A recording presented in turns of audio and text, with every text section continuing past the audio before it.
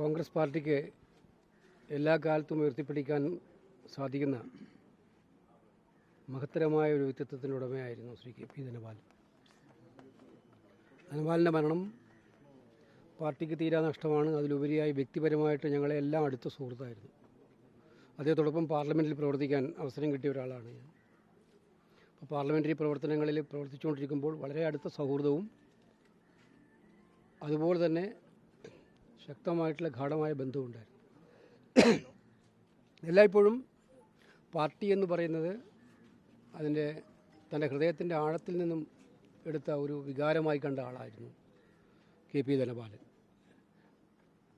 പല ഘട്ടങ്ങളിലും പ്രയാസമേറിയ അനുഭവങ്ങളുണ്ടായിട്ടും ആ അനുഭവങ്ങളെയൊന്നും മനസ്സിൽ സൂക്ഷിക്കാതെ പാർട്ടി എന്നുള്ള വികാരം മാത്രം ഉയർത്തിപ്പിടിച്ച ഒരു നേതാവാണ് കെ പി ധനപാലൻ.